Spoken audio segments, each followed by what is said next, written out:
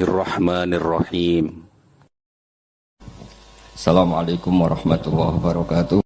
Dulu ketika sahabat punya imam yang lama sekali kalau sholat, sehingga si sahabat yang satu yang petani ini mufarokoh itu memisahkan diri, kemudian imamnya diselip. Itu boleh memang dalam fikih. Kamu niat mufarokoh dulu. Mufarokoh itu niat bahwa kamu memutus hubungan dengan imam, kemudian meneruskan sholat sendiri. Singkat cerita, dua orang ini berdebat, Mu'ad sama Ar-Ra'i yang penggembala ini. Kamu munafik, sholat kok meninggalkan imam. Terus yang satu bilang, kamu keterlaluan, sholatnya lama sekali. Singkat cerita, dua orang ini lapor ke Rasulullah SAW. Uniknya Nabi itu membenarkan yang petani tadi. Kamu Mu'ad, jadi masalah. Agama ini tidak boleh jadi problem. Kalau kamu ngimami orang, jangan lama-lama. Di situ ada ibu-ibu yang ditunggui anaknya yang sedang menyusu, banyak petani yang nunggu macam-macam. Kayak pegawai POM ya ditunggu shift temannya, pegawai Indomaret juga gitu, apalagi Grab mungkin ditunggu penumpangnya macam-macam. Sehingga kebaikannya teman-teman yang kerja serabutan begini juga bergantung kebaikan imam tadi. Kalau sholat itu tidak boleh lama-lama, apalagi wiridan, sholatnya aja nggak boleh lama-lama, apalagi wiridannya. Nah, kadang-kadang orang ngira kebaikan tuh nggak ada sempritnya, ada juga. Sholat tuh ya disemprit sama Nabi, kalau terlalu lama juga disalahkan, karena nanti agama ini menjadi apa? Problem, menjadi problematika. Nah, termasuk kebaikan kita ketika membolehkan ya, atau mentoleransi atau mendukung pekerjaan mulai Grab dan lain-lain adalah agama ini rahmatan lil alamin. Dulu ada seorang sahabat tanya, ya Rasulullah, boleh enggak kita ngegeng di perapatan gitu? Kata Nabi, ya jangan kalau bisa, tapi kita harus natahaddasannya, itu tempat kita jagungan di perapatan, di tempat-tempat umum lagi, di halte, terus kata Nabi, enggak apa-apa, tapi fa'atut thoriq haqqaha, kamu harus memberikan hak jalan itu. Apa hak jalan itu? Satu, kamu amar ma'ruf, kalau bisa ya nahi mungkar, kemudian bikin suasana orang lainnya menjadi aman. Nah, ini yang catatan. Kalau hitung saja, yang ikut Grab itu berapa ribu? Nah, ini tuh energi besar. Kalau di atas 100 ribu. Hitung ya teman-teman di Grab, 100 ribu. 100 ribu ini kalau soleh semua, atau setengah soleh lah, kalau soleh banget keberatan dia soleh, setengah soleh. Itu tuh ada, ini sudah saya pikir, ada kebaikan yang menyebar di seluruh Nusantara yang berjumlah 100 ribu. Ini luar biasa. Ada kecelakaan, dia menolong pertama, ada pemerkosaan, menolong pertama, mungkin ada pencurian, ada apa. Maka kata Nabi, kamu kalau harus di jalan, itu kamu berkontribusi amar ma'ruf nahi mungkar. Saya sering ke Jogja karena saya mulai 98 di Jogja. Ya sering di terminal malam-malam. Saya ketika kecil itu sering diceritain, orang nggak berani ke terminal ini banyak preman, nggak boleh ke terminal ini karena banyak preman. Ya mulai dari Sumatera, Jawa, hampir seluruh Indonesia.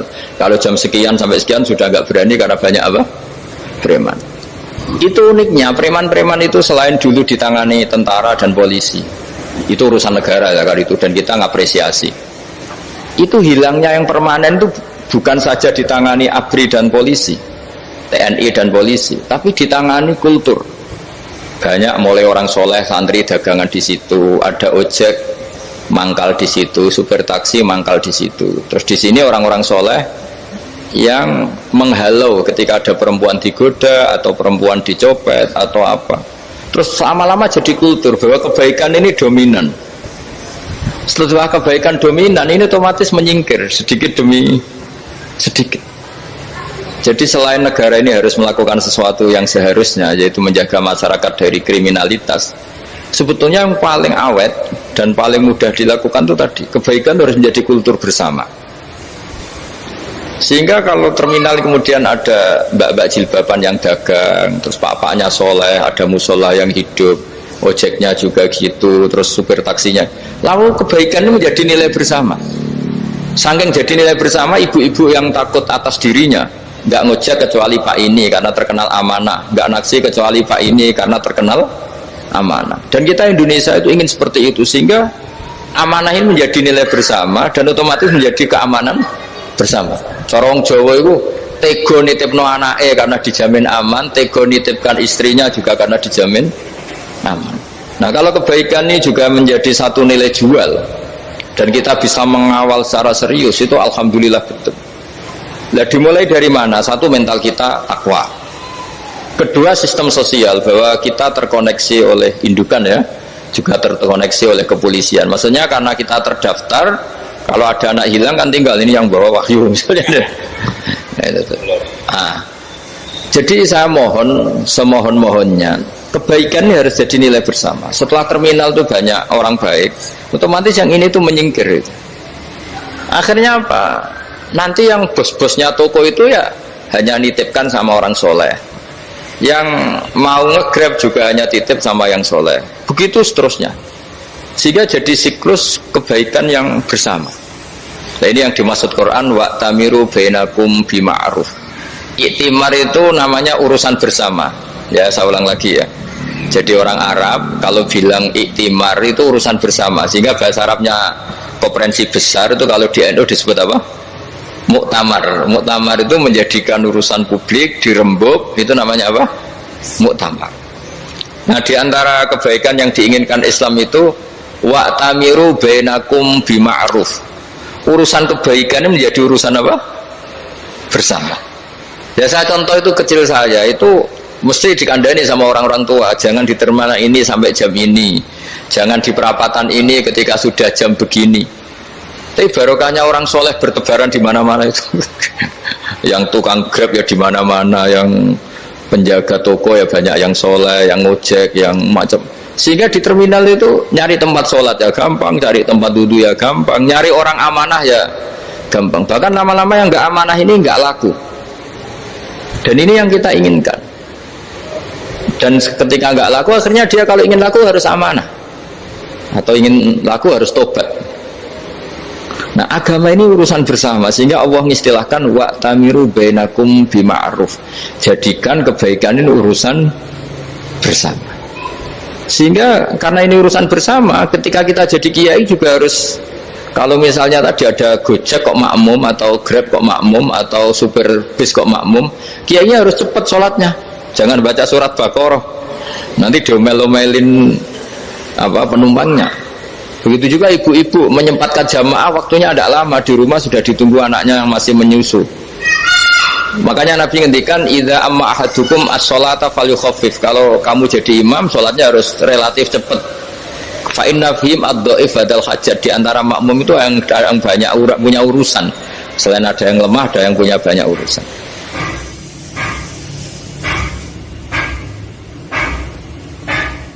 Nah, terus ketiga, masalah kekayaan hati. Kekayaan hati ini penting sekali karena rata-rata teman di Grab itu kan miskin lah. Tapi jangan miskin sampai miskin hati itu. Bahwa kamu nyari nafkah itu sudah ibadah, berkelana di bumi Allah juga ibadah, menyaksikan macam-macamnya orang itu juga ibadah. Bahkan menambah khazanah ilmu. Di antara warisan ilmu yang kita dapatkan dari Rasulullah SAW, misalnya kamu jalan-jalan, punya kaki dua, punya tangan dua. Gara-gara jalan-jalan sering ngerti orang yang buntung. Alhamdulillah meskipun saya hanya Grab masih punya kaki itu. Terus ketemu orang buta ya gitu. Alhamdulillah ladzi afani mimma btalaka bih. Alhamdulillah saya terselamatkan dari seperti itu. Sehingga melihat orang maksiat juga gitu. Saya meskipun gini terselamatkan dari tempat maksiat, sehingga hidup itu tidak nelongso gitu. Ada nilai lebih yang kita punyai.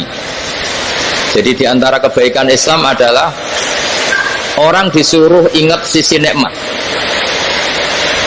Nah, kalau nikmat itu sudah ada semua, kata Imam Ghazali, nikmat hidup. Kata Imam Ghazali, jika nggak ada kenikmatan yang Anda punyai, kamu datang ke kuburan. Disuruh datang ke kuburan. Dan kamu bilang begini, kenikmatan kembali ke dunia adalah kenikmatan yang diinginkan mulai yang mati zaman Nabi Adam sampai kiamat. Jadi kalau Fir'aun yang pernah jadi raja, Namrud, semuanya, bahkan orang-orang soleh sekalipun, kalau kamu tanya keinginan terbaiknya apa? Ingin kembali hidup untuk membenahi kesalahannya zaman hidup. Artinya apa? Kehidupan yang kita miliki sekarang adalah kenikmatan yang dirindukan mulai yang mati zaman Nabi Adam sampai kiamat.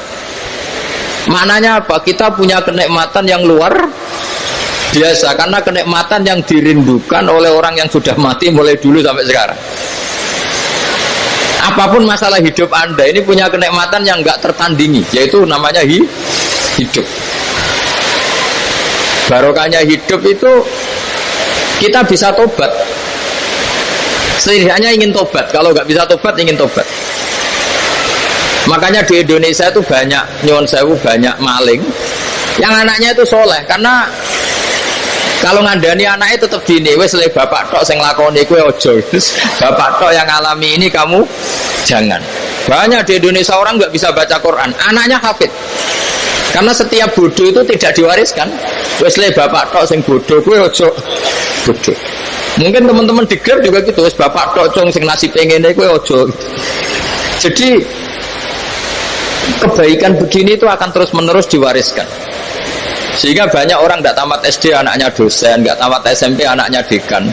Karena setiap dari kita itu cita-cita kebaikannya menurun ke anak cucunya, keburukannya berhenti di dia. Cara wong Jawa itu bapak tok sing lakoni. Nah, di sini saya jelaskan tentang kekayaan rohani. Jadi saya mohon ketika Anda jalan-jalan ngantar penumpang itu harus sering muji Allah Subhanahu wa taala. Ya, saya bacakan ayatnya, at-taibunal abidunal hamidun. Orang baik itu yang tobat, yang ahli ibadah. Di antara definisinya itu as-saihun, yang sering jalan-jalan. Siaka itu jalan-jalan. Jadi orang paling bejo sak dunia itu sampai harus jalan-jalan ibadah dapat uang. Tapi syaratnya ibadah. Sekali tidak ibadah dapatnya masalah kan? Sering gojekkan orang cantik terus ingat istrinya tidak cantik. Sering gojekkan orang yang sopan, yang santun terus ingat andekan ini istri saya di rumah rewel gitu. Jadi kalau kamu tidak taat itu adanya penyesalan. Di lampu merah ada orang naik Ferrari, naik Alphard, sementara kamu di rumah hanya mobil butut, kadang malah tidak punya mobil. Jadi kekayaan rohani itu dimulai dari mana? Dimulai dari taat. Cara berpikir itu taat, bukan maksiat. Sekali Anda cara berpikir maksiat, maka adanya hanya penyesalan. Semakin pengalaman di luar, semakin penyesalan. Karena di luar sana banyak orang yang dapat nikmat yang lebih dari Anda. Tapi sekali Anda taat, kamu akan mensyukuri apa yang Anda miliki dan tidak pernah ingin sama yang dimiliki orang lain. Sehingga orang-orang yang sering pergi itu sama Allah dipuji. Jadi tidak ada nabi kecuali di antara ibadahnya itu jalan-jalan. Fasiru fil ardi. Sehingga semua nabi itu mesti pernah melakukan perjalanan internasional. Rasulullah Muhammad SAW pernah jalan-jalan sampai ke Syam, padahal beliau orang Mekah. Nabi Ibrahim yang orang Syam pernah perjalanan sampai ke Mekah. Karena di antara kearifan itu ya dimulai dari apa? Jalan-jalan tadi. Kamu ngerti orang yang macam-macam. Makanya di antara kebaikan umatku kata Nabi itu siyaha fil ard, sering berkelana, tapi tentu untuk mengambil pelajaran. At-taibunal abidunal hamidun as-saihun. Nah, agama mensupport itu. Sehingga kata Nabi, jika ada orang kok sholat qobliyah, ba'diyah semuanya di masjid, sama Nabi ditegur, la taj'alu buyutakum kuburan. Rumah kamu jangan jadikan kuburan, harus dapat jatah apa? Sholat. Kata ulama kalau ada orang sering sholat di satu titik itu ditegur. Kamu harus ganti titik yang lain supaya saksi bahwa kamu di bumi sholat itu banyak. Jadi kita ya punya nilai positif juga tentang apa? Karena kita sering siyaha, kalau bahasa Arabnya itu sering keluyuran, saksi kita kebaikan juga banyak. Tapi pesan saya paling pokok tadi ya, jadikan komunitas kebaikan itu punya nilai jual. Syukur-syukur fid dunya hasanah wa fil akhirati hasanah. Ya kita bersyukurlah di Indonesia itu. Saya masih ingat kecil saya itu ya sekitar saya umur 15-14 tahun. Setiap mau pergi itu pesannya orang-orang yang sering pergi itu jangan masuk terminal jam ini, di perapatan ini, karena yang namanya preman itu dulu dominan. Sekarang Buat sampai jam 2 ada orang pakai jilbab, kadang ya orang pakai peci, yang nggak pakai peci pun ke musola sholat terus. Yes, pokoknya kebaikan itu jadi komunitas dan jadi nilai jual. Bahkan tadi, misalnya ibu-ibu yang pergi malam itu kan mesti ada orang-orang yang jadi langganannya karena terkenal apa? Amanah. Yang dititipi anak juga pilih orang yang terkenal apa? Amanah. Nah, nilai amanah ini harus kita jaga terus. Supaya kamu ya bisa bekerja, orang lain juga nyaman karena amanah tadi. Allah juga senang karena amanah itu perintahnya Allah Subhanahu wa ta'ala. Dan Indonesia harus menuju ke sana. Pemimpin juga harus gitu. Pemimpin bawaannya amanah, bawaannya apa? Yang memilih dia juga senang karena nggak malu lah. Tapi kalau kita milih, ternyata kita pilih tahu-tahu ditangkap KPK, kan ya malu gitu. Dulu kita kampanye mati-matian, ternyata dia ditangkap KPK. Tapi kalau dia amanah kan dia senang. Sama kalau tukang Grab ketangkap satu karena penodaan atau karena pengkhianatan, yang malu juga semua karena kadang-kadang nanti digeneralisir seakan-akan semuanya seperti itu. Tapi dengan reputasi panjang nggak pernah terjadi apa-apa dalam Grab kan otomatis lainnya juga terangkat. Nah, ini yang dimaksud wa'tamiru bainakum bima'ruf. Jadikan kebaikan itu urusan bersama. Makanya andaikan negara itu sudah mengoptimalkan polisi, TNI untuk meringkus preman, oke, itu baik.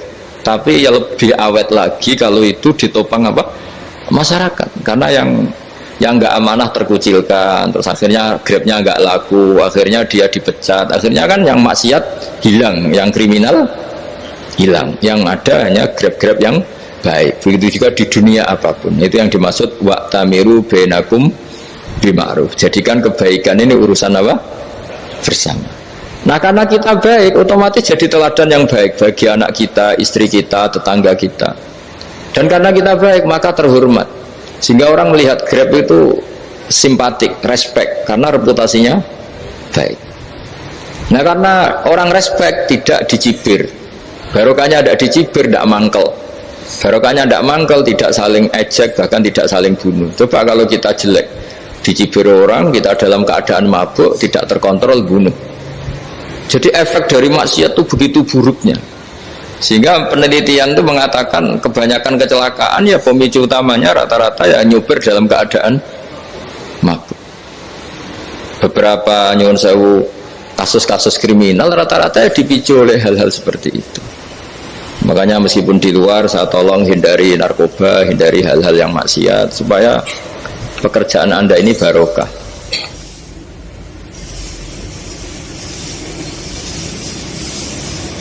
Kemudian yang terakhir saya beri ijazah tentang Al-Fatihah ya, karena ini surat yang populer. Kalau saya ijazahi Quran 30 juz pasti sampean nggak hafal. Atau ijazah surat Baqarah, kalau mau Baqarah mau. Ijazahi surat Baqarah mau 2 juz setengah. Mau Mas Asep? Ya Fatihah aja yang gampang ya. Nah, ya kulhu Fatihah ini paket ringan ini. Tapi pahalanya apa? Besar. Ini beda ya, artinya selama ini mungkin Anda baca tapi monoton ya. Tapi ini saya bacakan teks aslinya tentang istilahnya itu mazaya itu kelebihannya Fatihah. Saya baca Arabnya dulu, nanti ini terakhir ya, ijazah tadi kan saran-saran umum tentang sosial ya, pokoknya jadikan kebaikan itu punya nilai sosial yang baik lah. Jadi nanti orang yang nggak amanah nggak laku ya, calon bupati, gubernur, presiden yang nggak amanah juga nggak laku. Begitu juga kiai yang tidak amanah juga nggak laku, suami yang nggak amanah juga nggak laku, istri yang nggak amanah juga. Sehingga kebaikan ini jadi nilai sosial yang dalam tanda kutip sudah keniscayaan. Yang diinginkan Allah itu seperti itu, bukan kebaikan yang dipaksakan karena kekuatan negara. Maksudnya kalau bisa kebaikan itu tidak usah dipaksakan. Memang sudah satu kebutuhan. Tak cerita-cerita di negara maju itu, bahkan apapun jatuh itu nggak ada yang ngambil apa itu. Makanya gambarannya Mekah Medina kan gitu kan, barang jatuh nggak ada yang berani ngambil itu, saking sudah jadi sistem. Sehingga banyak negara di Eropa itu yang sampai nggak punya tentara, nggak punya polisi karena kebaikan sudah. Nah kita kan masih capek, polisinya aja capek, apalagi masyarakatnya karena ya apa ya kebaikan itu belum jadi nilai apa bersama. Nah kita selain ditopang negara, ada polisi, ada tentara itu kita usahakan kebaikan itu jadi nilai apa bersama. Ya, tadi wa tamiru bainakum bima'ruf. Dan kita punya reputasi yang bagus dalam bab ini. Saya masih ingat kecil saya itu yang jilbaban hanya keluarga kiai. Sekarang rata-rata masyarakat itu jilbaban. Dulu yang sekolah SMP, SMA itu jilbaban kadang dulu malah dilarang ya harus sama seperti itu seragamnya. Sekarang sudah boleh dan nyaman. Lama-lama yang dapat simpatik ya yang pakai pakaian model tertutup seperti itu. Lama-lama gamane cara wong golek mantu ya golek yang seperti itu daripada yang blodor. Lama-lama jadi nilai bersama. Ya ingin saya seperti itulah. Di terminal juga sama. Orang mau makan cari warung yang kelihatan ada ayat kursinya, pakai jilbab atau paling tidak dia nggak mungkin lah nyuguhkan yang tiren atau yang haram. Akan ada garansi sosial. Ada apa? Ada garansi apa? Sosial dengan penampilan yang soleh itu kan. Masa iya nyuguhkan oplosan babi gitu misalnya itu. Jadi nilai sosial itu harus ya tadi harus benar-benar jadi nilai sehingga negara biar gak capek-capek.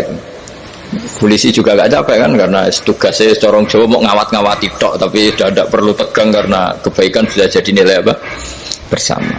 Ya, ingat-ingat ya ayatnya tadi wa tamiru bainakum bima'ruf. Jadi kebaikan itu harus jadi nilai bersama. Iktimar itu menjadi urusan bersama. Makanya kalau kita rapat besar disebut apa muktamar. Muktamar itu urusan bersama. Ya tadi imamnya sholat juga menopang Gojek karena nggak lama-lama nopang Grab, nopang Kernet, nopang penjaga Indomaret, penjaga bensin, pom bensin. Nah dia hanya punya waktu 5 menit terus imamnya baca Baqarah kan.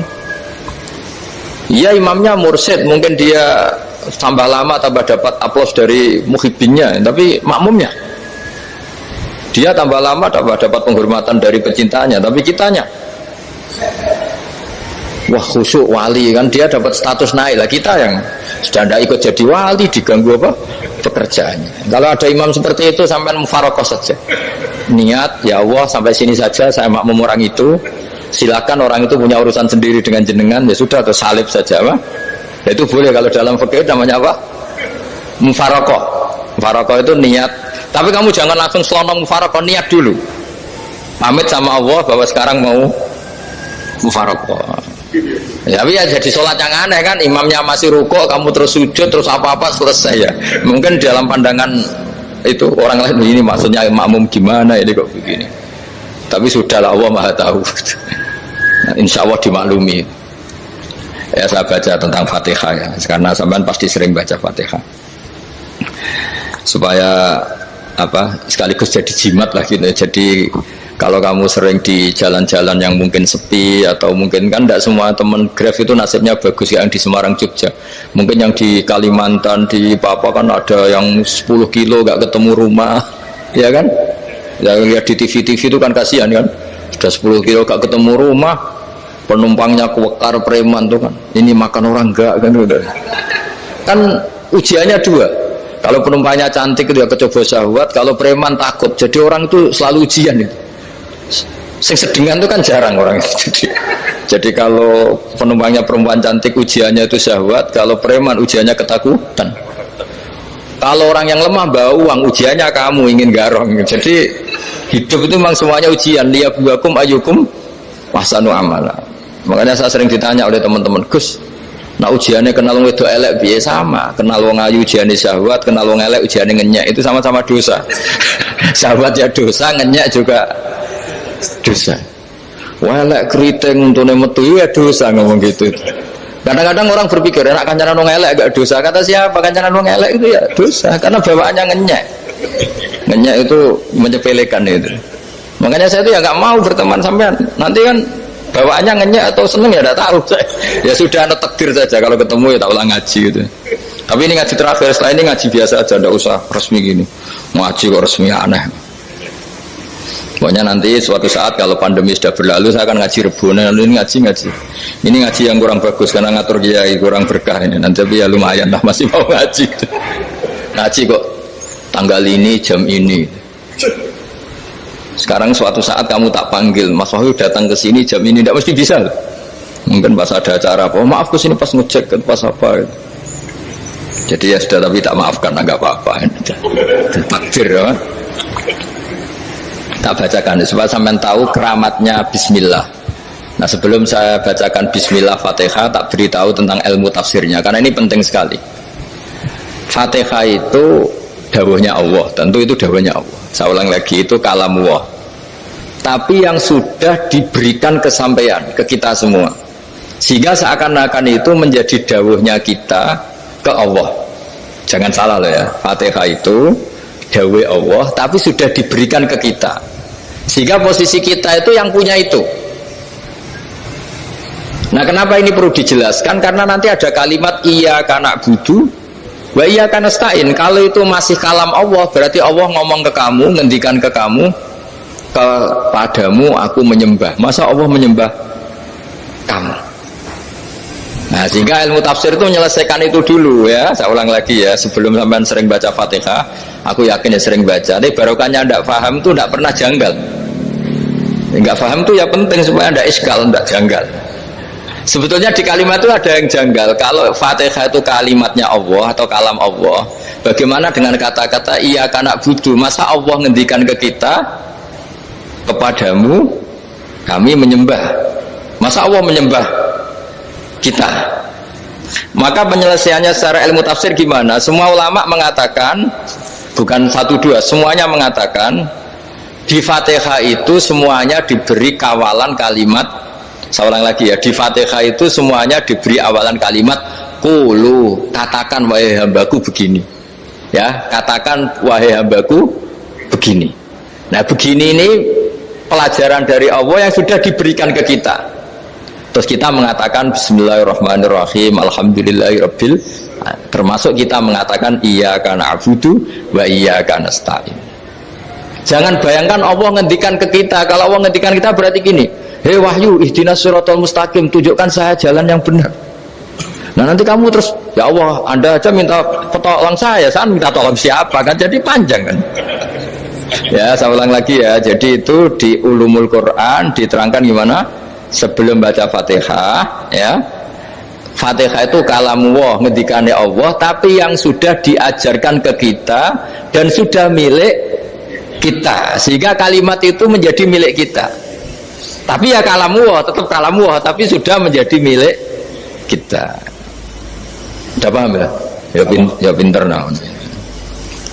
Ya, karena kalau tanpa penjelasan seperti ini, Anda akan iskal. Bagaimana Allah, iskal itu janggal. Bagaimana Allah mengatakan iya karena butuh? Kan jadi aneh kan? Ya, jadi tak jelaskan secara ilmiah ya. Jadi kata ulama-ulama tafsir, ayat-ayat Quran seperti ini sebetulnya dimulai dari qulu apa? Meskipun nggak dilafatkan. Itu kan sama dengan qul huwallahu ahad Muhammad, katakan kalau Tuhan itu satu. Ya, namanya Quran itu kan kalam Allah, membina nabinya, membina umatnya. Makanya dikatakan atau enggak, di sini tersembunyi kata qulu, katakan. Ya, jadi ya ibarat apa itu, kamu ngajari anak kamu lah, panggil jenengan bapak kulo. Itu maksudnya anak itu, kalimat itu kalimat kamu, tapi kamu ajarkan ke anak kamu. Terus anak kamu bilang, Pak, jenengan bapak kulo. Nah, ketika kamu mengatakan jenengan, bukan kamu mengatakan jenengan anakku, berarti anakmu itu bapakmu, kan lucu kan. Anak kamu ajari jenengan bapak kulo, kamu engkau bapak saya. Terus anak kamu mengulang, jenengan atau kamu bapak saya. Berarti itu kalimat yang kamu ajarkan, tapi sekarang sudah milik anak kamu. Kalau itu kalimat kamu kan lucu, masa anak kamu bilang bapak. Nah, itu seperti itu. Jadi ulama memberi solusi atau jawaban iyyaka na'budu wa iyyaka, itu sebelumnya ada kata-kata qulu, katakan wahai hambaku, hubungan kamu dengan saya adalah katakan iyyaka na'budu wa iyyaka nasta'in. Terus hubungan kamu dengan saya katakan juga dalam doamu ihdinas siratal mustaqim. Jelas ya, jadi itu kalam Allah yang sudah milik kita karena diajarkan Allah untuk kita. Dong ya? Ya dong, yes. Gak jelas gak. Tapi bagus, gak jelas itu bagus. Kalau kamu jelas gak jadi dikrep, jadi gubernur. Min azimi fadliha kasratu asma'iha wa fadail ukhra. Ini cerita dramatisnya surat Al-Fatihah. Qala Abu Hurairah radhiyallahu anhu inna iblisa ranna khina unsilat Al-Fatihah. Jadi iblis itu begitu kesakitan. Ini kitab Abu Abul Farad karangannya Syekh Muhammad Alawi, juga kutipan dari beberapa kitab. Yang jelas beliau sendiri juga ngutip dari beberapa riwayat di beberapa hadis.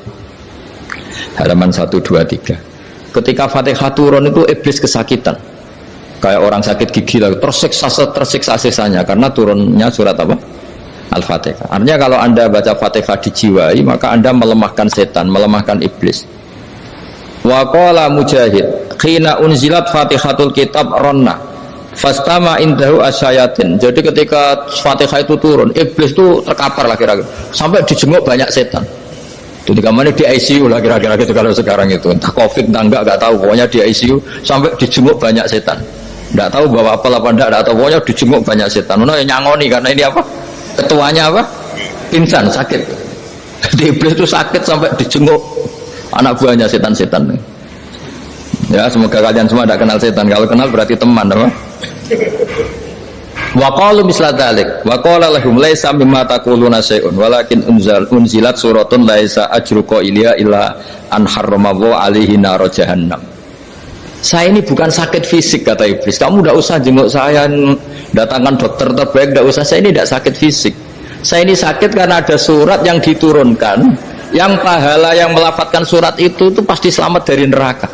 Padahal misi terbesar saya ini supaya manusia masuk neraka. Sekarang punya tamengnya. Gue pusing kan? Ya seperti orang lah, goda sampean ternyata sampean setia, itu kan pusing. Nah ternyata tidak setia, itu yang akhirnya ribet kan itu.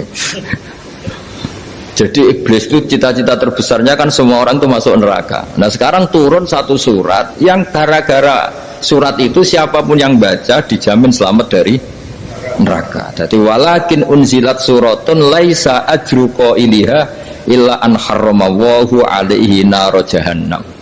Karena jadi dia shock lah, kalau orang di Jawa itu bilang shock. Aduh sial nasib saya ini umat nggak bisa saya goda lagi karena punya tamengnya tadi punya. Qad tolakaidukum wa makrukum. Rekayasa kalian sekarang itu tidak ada gunanya semua. Nah, ini alhamdulillah di Indonesia kelihatan kan banyak yang miskin, banyak yang susah. Tapi selagi mereka masih sholat, tuh keinginan mencari halal itu masih tinggi. Kayak apa kita di tengah kota, jauh dari anak istri, jauh dari tetangga. Biasanya kalau orang jauh dari anak istri, tetangga kan sakar PDW. Tapi yang soleh masih banyak, sudah jauh dari keluarga tetap lurus. Loh, kalau yang dekat lurus kan wajar, konangan wong akeh kan. Ini sudah jauh masih lurus. Nah ini nggak lepas dari barokahnya surat apa? Surat Fatihah tadi. Jadi karena ada surat yang menjamin pelafalnya atau qailiha terbebas dari api neraka. Wa qalat as-sayatinu lahu is ayyusa'in ta'muruna ya maulana. Faqala lahum idhabu wajtahidu hatta tukhfilu qulubahum hatta la yaqulu hadhihi surah. Lalu kita gimana? Jari para setan begitu. Lalu kita gimana? Terus kata iblis, sudah bikin mereka lupa sehingga tidak baca lagi. Selagi masih baca kita pasti keok. Jadi kalau sampean sudah jarang baca Fatihah itu berarti sudah bagian dari kemenangan apa? Iblis. Jadi kalau sampean sudah jarang baca Fatihah itu berarti bagian dari kekalahan Anda, kemenangan iblis. Masih sering baca? Alhamdulillah. Berapa kali? Pertama kali sholat. Dan sama lagi? Ya, kalau ngajarin itu juga selain juga. Kok 5 kali tok itu? Berarti pas sholat fardu tok itu? Enggak 5 kali itu mendingan itu 17. Kamu itu ngitungnya jangan 5 ini. 5 waktu itu berarti lumayan lah. Berapa? 17 ya? Ya. 17 ya? Ya 17, tapi kalau makmum tuh sering separuh kan, apalagi makmum terawih. Ya kan? Makmum terawih itu bacanya Fatihah ada yang sempurna, enggak ya? Ya enggak lah. Baru alhamdulillah rabbil alamin mampu ruku ikut ruku gitu. Makmum kan. Yang tarawih loh Mas. Kalau tarawih jarang sempurna ya. Fatihahnya itu. Kan imam sudah ruko. Kamu bacanya Fatihah sampai mana tuh? Baru setengah ya. Ya paling pas tarawih aja kan enggak sempurna ya. Apalagi kalau imamnya sing kilat tuh waduh malah. Nah, ketika Fatihah itu sebegitu keramatnya, sebegitu topnya, itu setan rapat, singkat cerita itu yang tadi dipimpin oleh iblis yang sedang terkapar apa? Terus tali obatnya nggak ada, cuma dia shock karena ada surat yang turun yang melafatkan itu pasti selamat dari apa? Neraka. Nah ini gimana saran Anda? Terus sarannya adalah bikin orang-orang itu lupa, tidak baca Fatihah. Nah ini rapatnya iblis. Idhabu wajtahidu hatta tufilu qulubahum hatta la yaqulu hadhihi surah. Kala yuksiru qira'ataha wa la yakunu lahum ajrun wa thawabun bal yakunu lahum adzabun wa iqabun.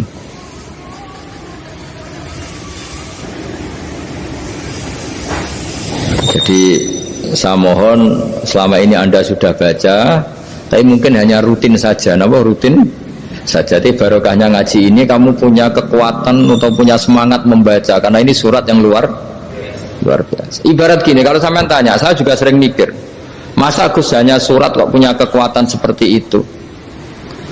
Di dunia ini kata Allah, mulai Nabi Adam sampai kiamat, nggak ada yang bisa menandingi kekuatan kalimah. Kalimah itu kata-kata.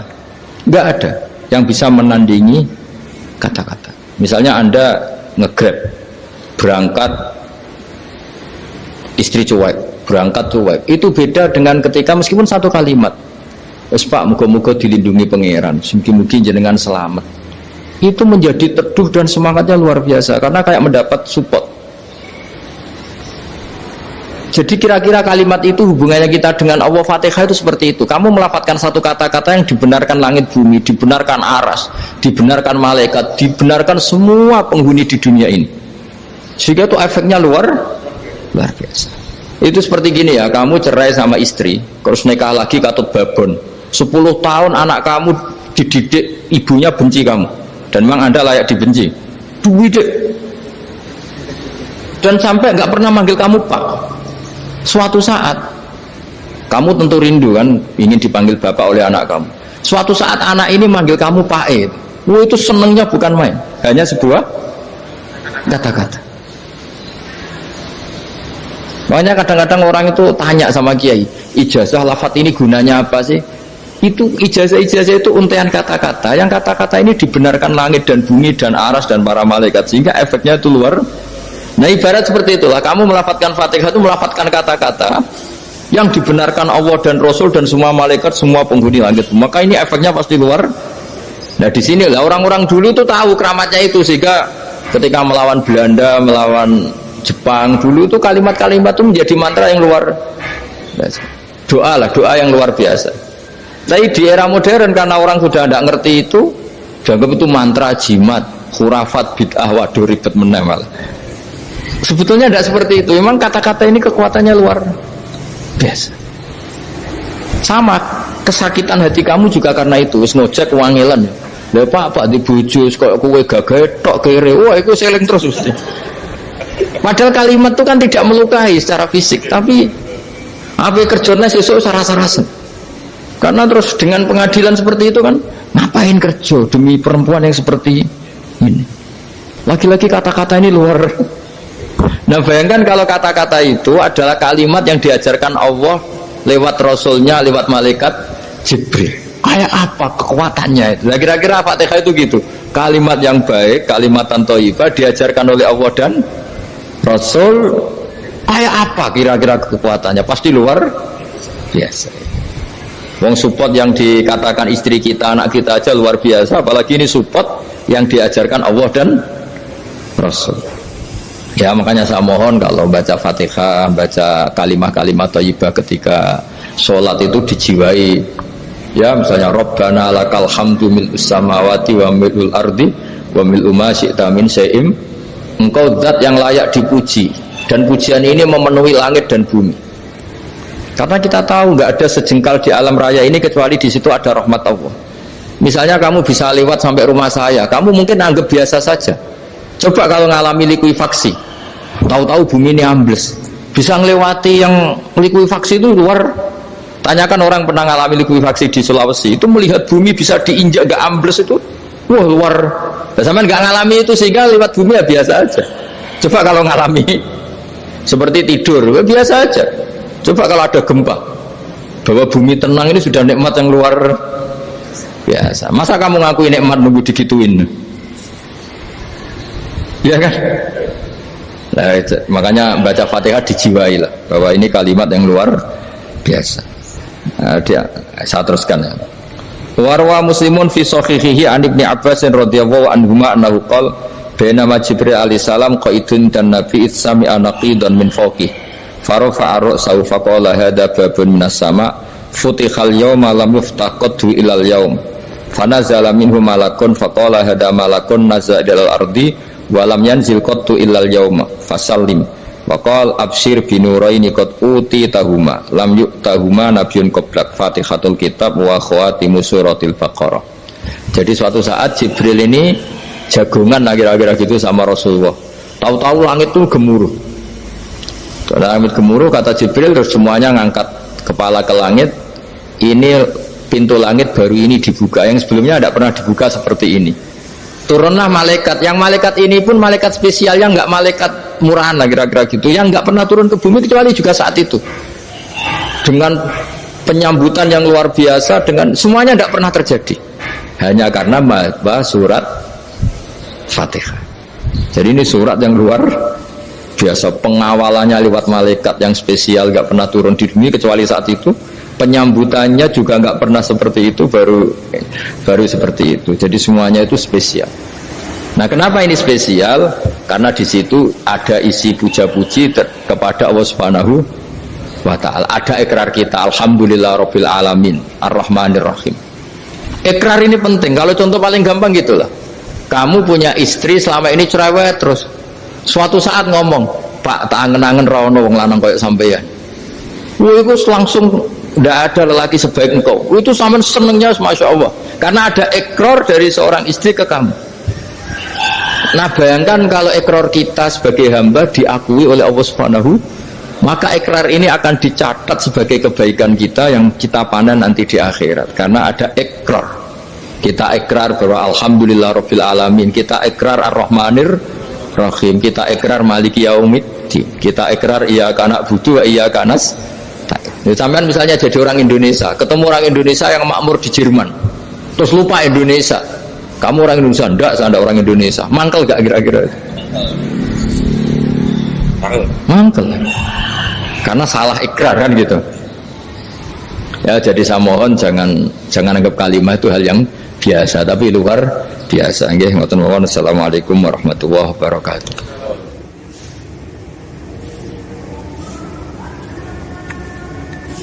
Saya berkali-kali kampanye di mana-mana lah, kampanye dan menganjurkan. Di antara catatan dalam Suhufi Ibrahim wa Musa kan ada kan di Quran itu yang dinamakan lampiran-lampiran wasiatnya Nabi Ibrahim dan Nabi apa? Musa. Itu di antara catatannya begini.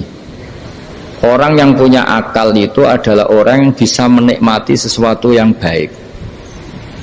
Misalnya gini, contoh gampang gini. Kamu punya anak pertama atau punya anak yang masih kecil, itu gendong tuh senangnya bukan main, melihat anak sehat tuh senangnya bukan main.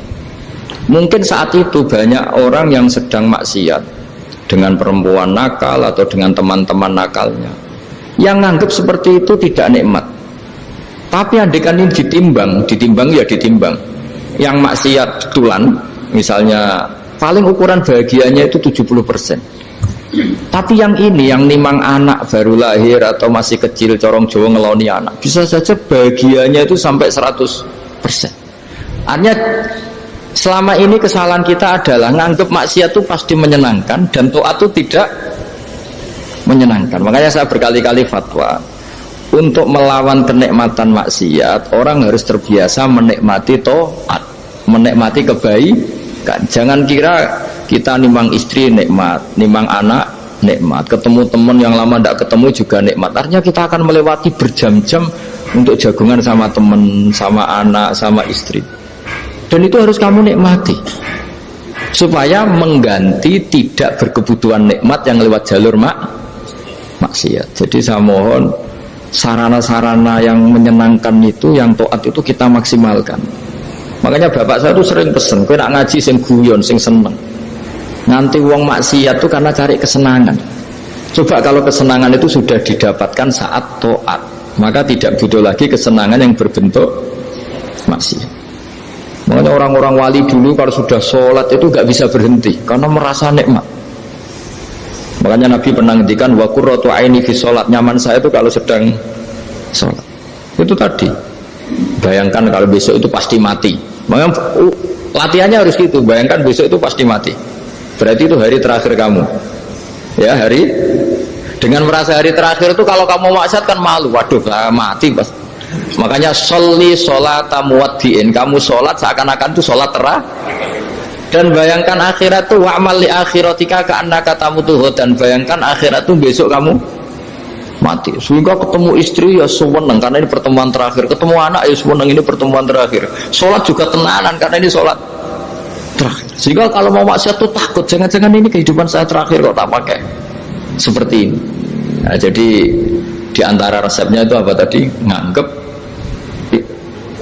ibadah itu menyenangkan. Nah, gitu. Pinter.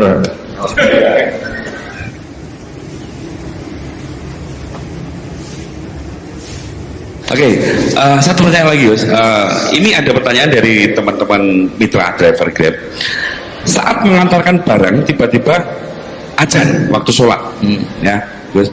Lalu kita sebagai driver harus sholat dulu atau menyelesaikan orderan dulu, karena itu juga amanah kan orderannya itu. Mungkin nganter barang atau mungkin nganterin penumpang.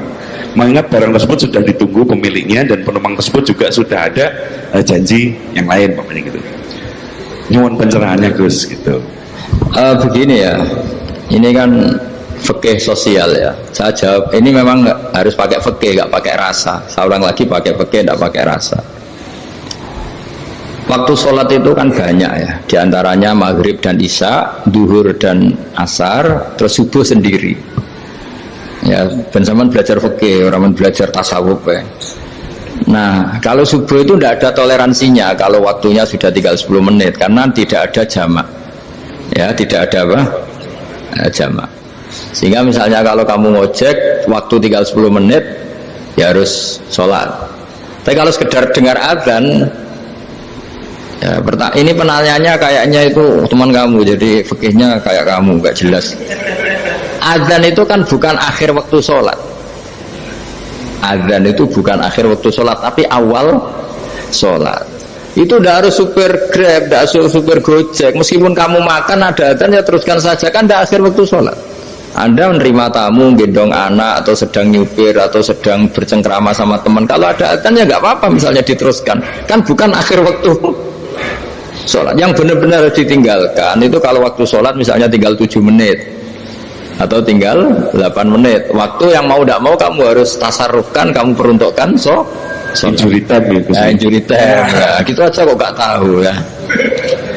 Nah, lalu misalnya kalau pertanyaan tadi mestinya kelasnya itu kelas afdoliyah, utamanya gimana? Kalau wajibnya belum ada karena kan waktunya masih panjang. Jadi pertanyaannya bukan wajibnya tapi sebaiknya, karena ini semuanya belum mendesak kan. Andai kan kamu teruskan nganter barang kan tidak ada jaminan waktunya habis. Padahal kalau kamu memaksa sholat, mungkin citra kamu sebagai supir Grab tidak baik karena dianggap mengabaikan konsumen. Nah, terus kedua menyangkut jarak. Oke, seperti itu. Nah, sekarang kalau pertanyaannya dibalik, makanya yang dibalik ini agak ribet. Waktu sholat tinggal 8 menit. Ada konsumen yang minta diantarkan saat itu dan acaranya ke mall happy-happy, maka fatwa kita sebagai ahli fikih ya tantang saja, saya mau sholat dulu, kalau nggak sabar ya silakan cari yang lain kalau acaranya ke mall.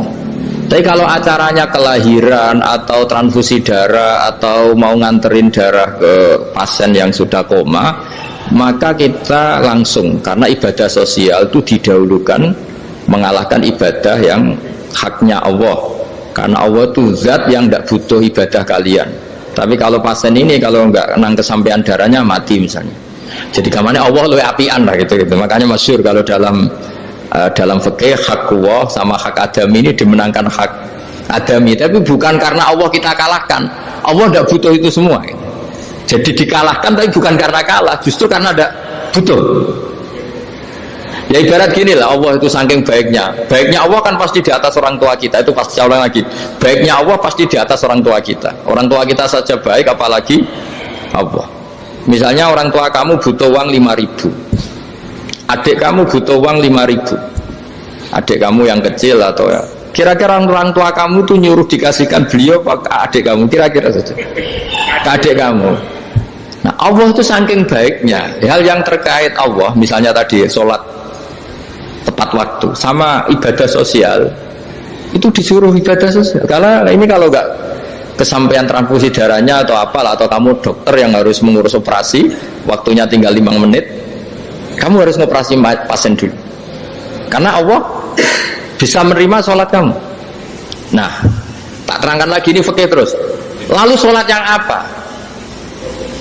Kalau sholat itu antara maghrib dan isya dan nanti yang terlambat itu maghrib, kita ngikuti ulama yang mengatakan jika ada darurat maka maghrib dan isya boleh dijamak meskipun tidak atas nama pergi. Kan jarak kamu kan tidak jarak masafatu qasrin. Artinya apa? Misalnya saya dokter harus operasi, waktu saya tinggal 8 menit mau maghrib, ternyata harus ada operasi. Kalau saya nggak nangani mati, saya harus operasi. Dan nanti waktu saya maghrib habis itu tidak harus dikatakan qadha atau yang mengeluarkan maghrib dari waktunya. Bisa saja menurut ulama dianggap boleh dijamak takhir dengan isya karena kondisinya masih waktu jam'in. Itu juga zuhur dengan asar. Tapi kalau waktunya itu asar tinggal 8 menit kemudian harus ada operasi, ya kita operasi. Waktu asar kita mundur sampai maghrib, namanya qadha yang dimaafkan Allah. Ya namanya tetap qadha karena asar nggak bisa dijamak dengan maghrib. Jadi ini fikih ya. Jadi jawabnya harus jelimet. Jadi saya ulang lagi ya. Tadi kan pertanyaannya dengar adzan. Kalau adzan kan waktunya masih panjang. Apalagi misalnya maghrib kan waktunya kan taruh saja ada waktu seperempat jam. Ternyata andekan kamu antar hanya butuh waktu 7 menit, kan nggak ngefek sama saya nyandar. Nah, nyandar.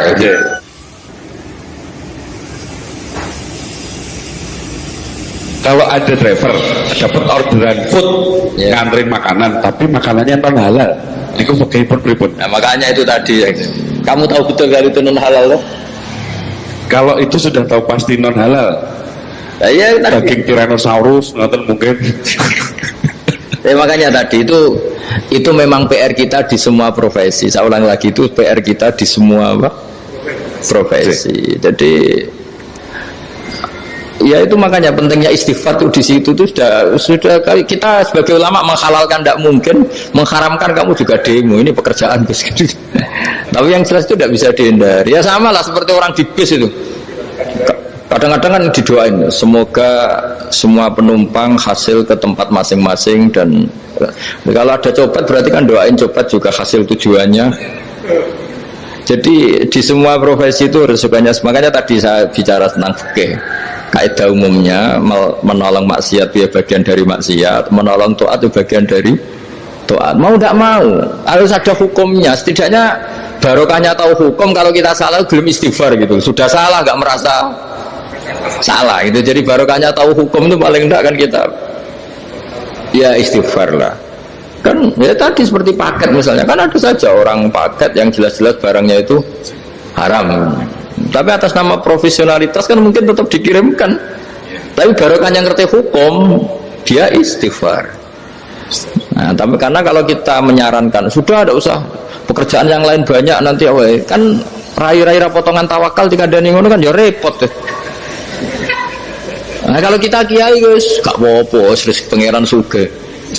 Menurut sampean harusnya terus nuntut Gus saya karena fatwa jenengan saya sekarang miskin, ini gimana pertanggungjawabannya? Ya ribet kan. Tapi saya ulang lagi, itu seninya ngelola kehidupan semuanya seperti itu. Jadi makanya kita nggak pernah berhenti berdoa Rabbana dzolamna anfusana, karena dalam sisi semua hidup kita pasti ada unsur nggak benernya gitu.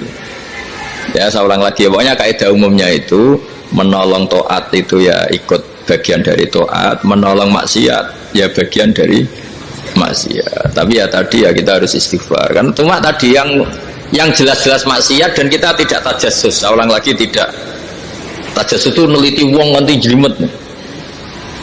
Jadi misalnya ada perempuan mau ngojek ke sini ya, dan terus aja jangan tanya detail. Itu apanya mbak? Hubungannya dengan kamu apanya? Wah ya ribet kalau kepo.